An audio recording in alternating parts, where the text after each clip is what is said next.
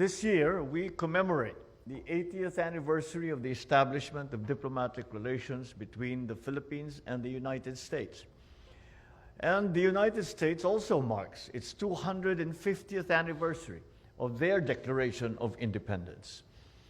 For 80 of those 250 years, the Philippines has been proud to call the United States a trusted friend, a steadfast partner, and an unwavering ally. This year, we also mark the 75th anniversary of the Philippine-U.S. Mutual Defense Treaty, which guides the conduct of our defense and security relations. We look forward to the meaningful celebrations that we will hold throughout the year to highlight these milestones in our shared journey of nationhood and nation building. Any enduring relationship requires commitment and sustained effort, and we have certainly done the needed work.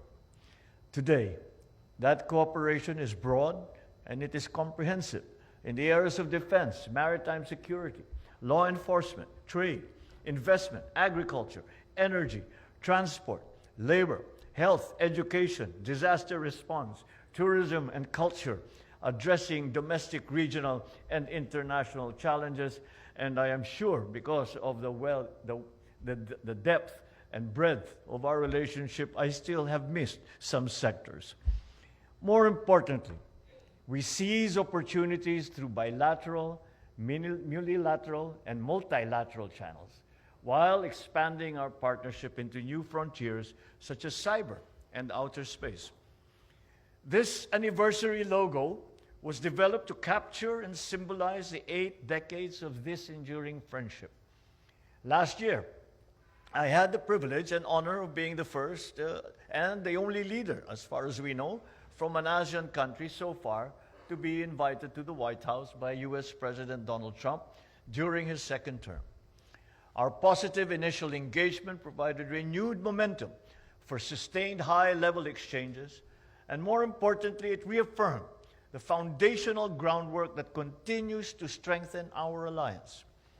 I would like to take this opportunity to highlight the continued efforts of the U.S.-Philippine Society, whose board members are present with us here today. They have been instrumental in advancing our relations by facilitating new and dynamic linkages on both sides. Your tireless work behind the scenes is deeply appreciated. We would also like to take this opportunity to show our appreciation and gratitude to our Philippine ambassador to the United States, Ambassador Babe Romualdez, who happens to be the third Romualdez to be ambassador of the Philippines to the United States.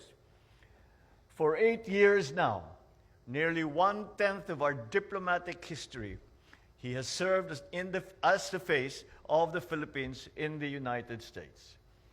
If there is anyone who can be credited with nurturing and strengthening our ties in recent years, it is Ambassador Babe. Thank you, Babe, for your work.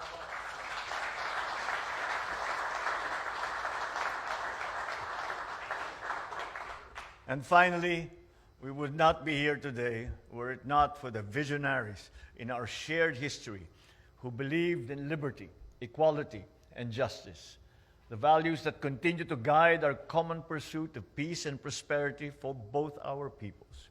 We honor their legacy today and reaffirm our commitment to uphold these principles alongside the United States for the next 80 years and beyond. As we mark this milestone year, I would also like to highlight the Philippines' ongoing chairship of ASEAN this year. We look forward to continued support for ASEAN community building, in particular from the United States, through our comprehensive strategic partnership. And we hope to welcome President Trump once again in Manila for the ASEAN Summit later this year.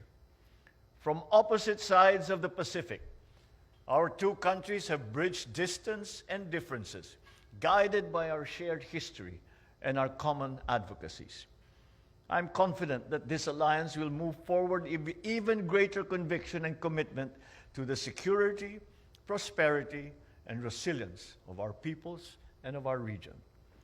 Once again, happy 80th anniversary to Philippines-United States relations. Good afternoon.